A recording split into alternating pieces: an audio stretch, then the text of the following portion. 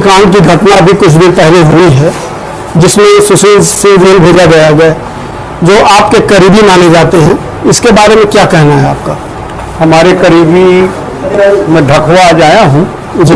चांदा के पूर्व विधायक संतोष पांडे जी भी हमारे करीबी हैं जी।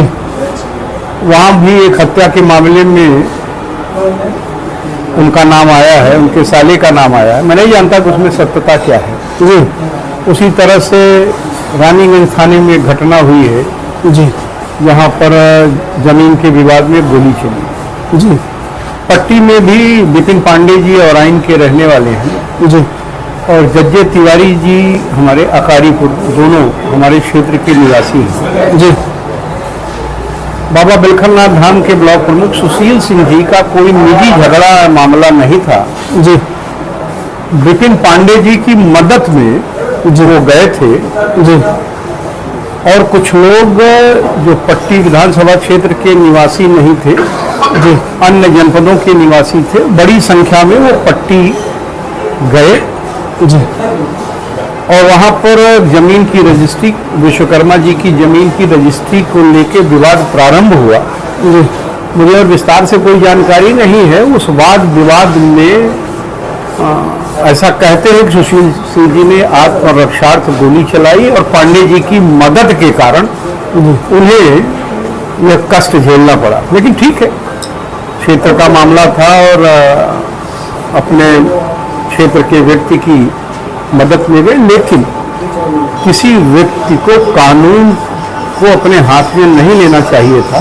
जो स्थानीय पुलिस बल था, चाहे वो पट्टी थाना रहा हो, चाहे वो क्षेत्राधिकारी पट्टी रहे हो, चाहे वो पुलिस के और अधिकारी रहे हों, जिनके संज्ञान में इस घटना के घटित होने के पहले भी प्रकरण था, अगर उनके द्वारा सतर्कता बरती गई होती तो ये घटना टाली जा सकती थी। जिसको करने में वो नाकाम रहे हैं। निश्चित रूप से जहां गोली चलने की घटना के लोगों को दोषी मानते हुए कानूनी कार्रवाई की गई, वहीं पुलिस बल के ऐसे लोगों के खिलाफ भी कार्रवाई अब तक क्यों नहीं हुई, जिनकी शिथिलता के कारण ये स्थिति उत्पन्न हुई।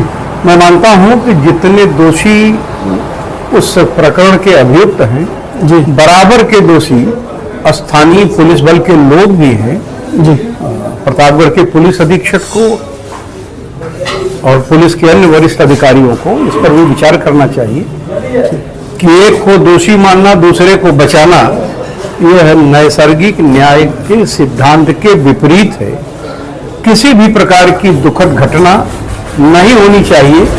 कानून अपना काम करे, इसमें कोई हस्तक्षेप नहीं होना चाहिए। मैं केवल इतना कहूँगा, जो घटना घटी वो दुखद है।